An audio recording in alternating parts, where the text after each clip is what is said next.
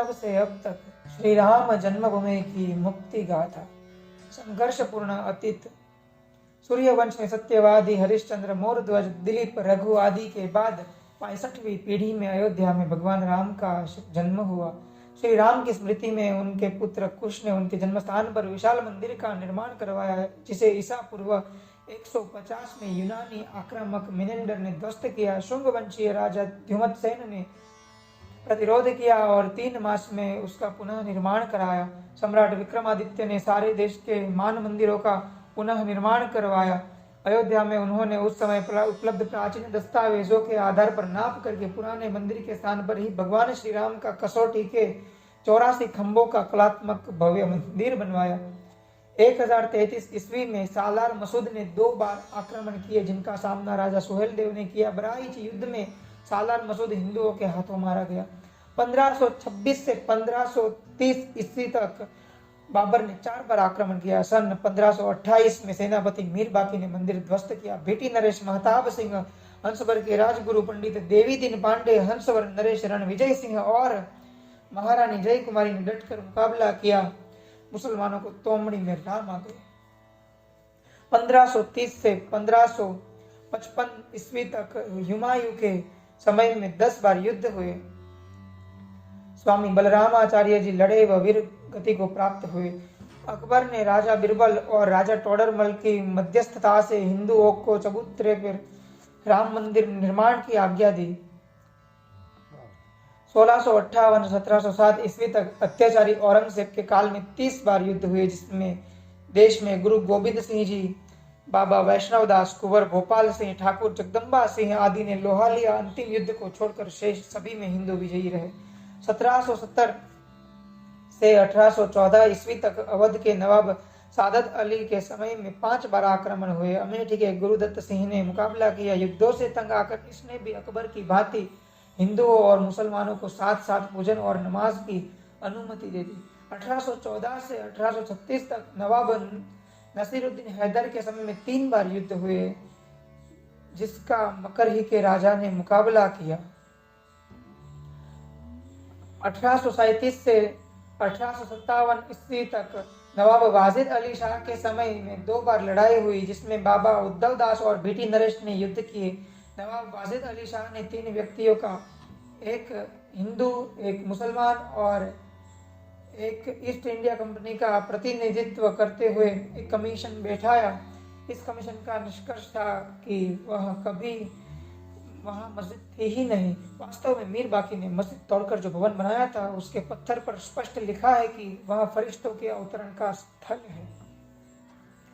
1857 के स्वातंत्र समर में हिंदू मुसलमान एकता हुई और जन्मस्थान हिंदुओं को सौंपने का निर्णय किया, परंतु अंग्रेजों ने तत्कालीन हिंदू मुस्लिम नेताओं बाबा रामचरण दास और अमीर अली को फांसी लगवा दी, जिससे जन्मस्थान सौंपने के निर्णय का अनुपालन होने से रह गया।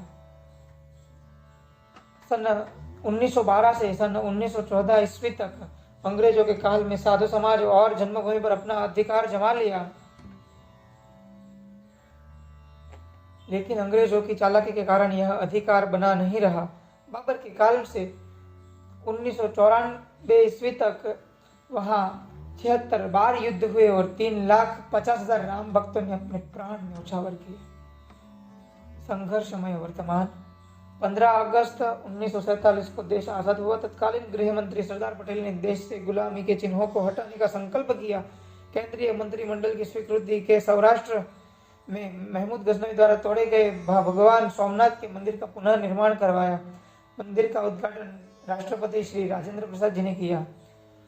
22-23 दिसंबर 1949 की रात को फैजाबाद के जलाधीश श्री कृष्ण कुमार नैयर के काल में अयोध्या जन्मभूमि पर रामलला की मूर्ति विराजमान हुई, जिसकी पूजा सरकार द्वारा नियुक्त पुजारी प्रतिदिन दोनों समय आज भी करते हैं। 1949 में यहाँ श्री गोविंद वल्लभ पंत के मुख्यमंत्रित्व काल में लोहे के सरिये लगाकर उस पर ताला लगाया गया, परंतु पूजन प्रतिदिन होता रहा। 1964 में जन्माष्टमी के दिन विश्व हिंदू परिषद की स्थापना सांदीपनि आश्रम में धर्माचार्यों द्वारा की गई। 7-8 अप्रैल को दिल्ली में आयोजित प्रथम धर्म संसद से देश में सभी संप्रदायों के 528 संत पधारे। सभी ने एक मत से श्री राम जन्मस्थली की मुक्ति का निर्णय लिया। 25 दिसंबर 1984 को राष्ट्र चेतना लागू करने के उद्देश्य से सीतामढ़ी से श्री राम जानकी रथ यात्रा प्रारंभ हुई। 6 अक्टूबर 1984 को हजारों संतों और लाखों राम भक्तों द्वारा सरयू तट पर अयोध्या में संकल्प लिया गया और लखनऊ में पद यात्रा की गई। विशाल धर्मशाला में अवैध ताला खोलने की मांग की गई। 8 अक्टूबर 1984 को श्री राम मंदिर जानकी रथ यात्रा अयोध्या से लखनऊ को चली। 14 अक्टूबर 1984 को लखनऊ में यात्रा का अभूतपूर्व स्वागत हुआ और एक विशाल जनसभा का आयोजन हुआ। उसी दिन एक प्रतिनिधि मंडल उत्तर प्रदेश के मुख्यमंत्री से जन्मभूमि की मुक्ति के संबंध में मिला। 16 अक्टूबर 1984 को श्री राम जानकी रथ यात्रा की दिल्ली यात्रा प्रारंभ। गांधी की निर्मम हत्या के कारण कार्यक्रम स्थगित किया। 26 अक्टूबर 1985 को 50 लाख राम भक्तों के बलिदानी जत्थे तैयार करने का निर्णय लिया गया। 18 अप्रैल 1985 को रामनवमी तक ताला नहीं खुला तो महंत रामचंद्र दास जी आत्महत्या करेंगे, ऐसी ऐतिहासिक घोषणा की गई। 3 अक्टूबर 1985 को विजयादशमी से पुनः रथ यात्राओं का प्रारंभ किया गया। 31 अक्टूबर 1985 को उडुपी में हुए द्वितीय धर्म संसद अधिवेशन और संत सम्मेलन में 859 संत पधारे, जिन्होंने भावी संघर्ष की योजना बनाई। 18 दिसंबर 1985 को बजरंग दल द्वारा उत्तर प्रदेश बंद का आह्वान किया गया। 19 जनवरी 1986 को संपन्न उत्तर प्रदेश के संतों के सम्मेलन में महाशिवरात्रि से संघर्ष प्रारंभ करने की घोषणा की गई। 1 फरवरी 1986 को फैजाबाद के जिला न्यायालय ने ताला खुलवा दिया। देश भर में प्रसन्नता की लहर फैली। ताला खुलने के बाद श्री राम जन्मभूमि पर पुनः निर्माण आदि के लिए जन्मभूमि न्यास का गठन हुआ। 14 फरवरी 1986 को मुसलमानों ने विरोध में काला दिवस मनाया। कश्मीर में 100 हिंदू मंदिर नष्ट कर दिए गए। जनवरी 1978 में शहाबुद्दीन के नेतृत्व में बाबरी एक्शन कमेटी ने गणतंत्र दिवस के बहिष्कार की घोषणा की, संविधान का विरोध किया और बोट क्लब दिल्ली में राष्ट्रद्रोह का तांडव किया। 1887 में उत्तर प्रदेश सरकार ने श्री राम जानकी रथों की यात्रा को प्रतिबंधित किया। 1887 में देश भर में श्री राम जन्मभूमि सम्मेलन में मोर्चा का डटकर विरोध करने का निर्णय हुआ। जुलाई 1988 में हरिद्वार संत सम्मेलन में मोर्चा का डटकर विरोध करने का निर्णय हुआ। 12 अगस्त 1888 को बाबरी मस्जिद एक्शन कमेटी द्वारा अयोध्या में मिनी मार्च और 22 अक्टूबर को लोग मार्च करके श्री राम मंदिर पर नमाज पढ़ने की घोषणा की गई। 8 अक्टूबर 1888 को बजरंग दल द्वारा बड़ा मोर्चा के विरोध में उत्तर प्रदेश की समस्त शिक्षण संस्थाएं बंद कराई गई। 14 अक्टूबर 1988 को बड़ा मोर्चा के विरोध में उत्तर प्रदेश का ऐतिहासिक बंद हुआ। दिल्ली में बजरंग दल द्वारा जामा मस्जिद पर हनुमान चालीसा पढ़ने की घोषणा की गई। 13 अक्टूबर 1988 की रात को शहाबुद्दीन ने बिना शर्त बड़ा मार्च वापस लिया। 1 फरवरी 1979 को प्रयागराज कुंभ के संत महासम्मेलन तृतीय धर्म संसद अधिवेशन में 1 लाख संतों द्वारा श्री राम शिला पूजन व 9 नवंबर 1979 को श्री राम मंदिर की आधारशिला रखने की ऐतिहासिक घोषणा की गई। 27-28 मई 1979 को हरिद्वार में 99 प्रांतों के संतों की बैठक में निर्णयों की पुष्टि हुई और गोरक्षा पीठाधीश्वर महंत अवैधनाथ के नेतृत्व में सर्वाधिकार प्राप्त समिति का गठन किया गया। 13-14 जुलाई 1979 को अयोध्या की विपरीत प्राकृतिक परिस्थितियों में बड़ी सफलता से बजरंग शक्ति दीक्षा समारोह संपन्न हुआ। इसमें 6000 बजरंग दल के कार्यकर्ताओं ने दीक्षा ली। 27 जुलाई 1979 को नागपुर में देश भर में ऐसे कार्यकर्ताओं की बैठक हुई जो 5-5 प्रखंड पुंजों के कार्यकर्ताओं को शिला पूजन कार्यक्रम के लिए मार्गदर्शन दे सकते थे। शिलान्यास कार्यक्रम में विरोध में बहुत कुछ कहा और किया गया। इस पे सरदार बूटा सिंह, नारायण दत्त तिवारी आदि विभिन्न केंद्रीय और राज्य स्तर के मंत्रियों, श्री कमलापति त्रिपाठी, विप्र सिंह और राजनेताओं ने, द्वारका के जगत गुरु स्वरूपानंद जी ने भी परिषद की इस योजना को सफल न होने देने के लिए अपने अपने स्तर पर प्रयास किए। सरकारी स्तर पर अड़चन डालने का प्रयास चालू रहे। उत्तर प्रदेश सरकार ने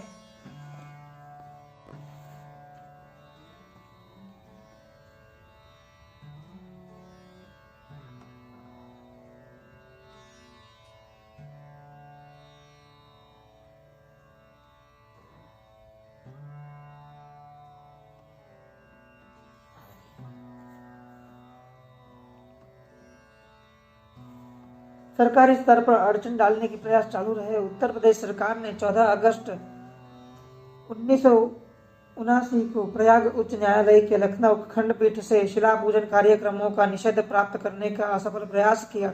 स्वामी स्वरूपानंद जी द्वारा यहाँ तक कह दिया गया कि शिलान्यास का मुहूर्त शुभ नहीं है। काशी की विद्वत परिषद में निर्णय कराया गया, उसके द्वारा दक्षिणायन में भी कोई बाधा नहीं बताई गई। 9 नवंबर को 10:15 बजे तक 1979 की 9:30 से 9:38 बजे तक शिलान्यास के लिए उत्तम काल बताया गया। 17 से 22 दिसंबर 1979 तक इंद्रप्रस्थ धर्म यात्रा का ऐतिहासिक कार्यक्रम चला। इसमें 1850 साधुओं ने भाग लिया। 22 सितंबर 1979 को दिल्ली के प्रेस क्लब की जनसभा में देश के प्रमुख संत उपस्थित थे। इस सभा में शिला पूजन और शिलान्यास कार्यक्रम में बाधा उपस्थित होने पर सरकार को भीषण संघर्ष की चेतावनी दी गई। तत्कालीन गृह मंत्री बूटा सिंह द्वारा महंत अवैधनाथ जी, महंत नृत्य गोपाल जी, श्री महान दाऊदयाल खन्ना और श्री कोपुलहल के उत्तर प्रदेश के मुख्यमंत्री श्री नारायण दत्त तिवारी के घर वार्ता के लिए निमंत्रित किया गया। वार्ता के फलस्वरूप परिषद के 30 सितंबर 1979 से होने वाले कार्यक्रमों को सरकारी सुरक्षा और सहयोग देने की सूचना देश भर में पुलिस विभाग को दी गई।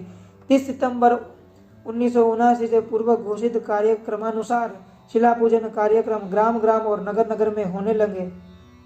15 अक्टूबर 1979 को श्री विठ्ठल महादेव तारकुंडे ने उच्चतम न्यायालय में याचिका प्रस्तुत की कि विश्व हिंदू परिषद द्वारा आयोजित शिला पूजन की यात्राओं पर रोक लगाई जाए। 17 अक्टूबर 1979 की रात्रि को श्री बूटा सिंह जी से मिलकर स्पष्ट किया गया कि कार्यक्रम किसी भी स्थिति में स्थगित नहीं किया जाएगा। 19 अक्टूबर 1979 को श्रीमती श्री शीला दीक्षित को बता दिया गया कि वे प्रधानमंत्री एवं गृह मंत्री को सूचित कर दे कि वे अनावश्यक विवाद से बचने के लिए शिलान्यास होने दे। 19 अक्टूबर 1979 को श्री राम भूमि मुक्ति यज्ञ समिति द्वारा मनोनीत उच्चाधिकार प्राप्त समिति की आकस्मिक बैठकें हुई।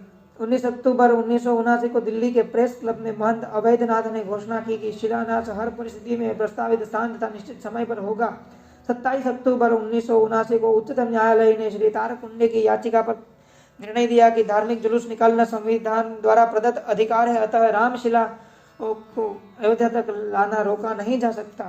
2 नवंबर 1979 को काशी के विद्वान शिलान्यास का स्थान निश्चित करने अयोध्या पहुंचे। इस अवसर पर मंदिर के मुख्य शिल्पी श्री चंद्रकार साउपुरा भी उपस्थित थे। सभी की सहमति से विग्रह से 192 फीट पूर्व दिशा में एवं वहां से दक्षिण 17 फुट पर स्थान निश्चित हुआ। 2 नवंबर 1979 को स्वयं निश्चित स्थान पर 8 फुट का चतुर्भुज बनाकर लिप कर झंडा गाड़ दिया गया। 5 नवंबर 1979 से हजारों की संख्या में संत महंत और तथा स्थान से पूजित श्री राम मंदिर शिलाओं से भरे रथ अयोध्या पहुंचने लगे। 6 नवंबर 1979 को तत्कालीन प्रधानमंत्री, गृह मंत्री, उत्तर प्रदेश के मुख्यमंत्री आदि ने पूज्य देवराह बाबा से भेंट करके शिलान्यास का स्थान परिवर्तन करने की पेशकश की। 7 नवंबर 1979 को तत्कालीन प्रधानमंत्री, गृह मंत्री, उत्तर प्रदेश के मुख्यमंत्री आदि ने पूज्य देवराह बाबा से भेंट करके शिलान्यास का स्थान परिवर्तन करने की फिर से पेशकश की। 7 नवंबर 1979 को बाबा से वार्ता में निर्णय हुआ कि जहां पर झंडा लगा दिया है वहीं शिलान्यास होगा। तो यह था यहाँ तक का जो संघर्ष था वो। अब आगे का अगली श्रेणी में आप सभी का बहुत बहुत धन्यवाद। जय श्री राम।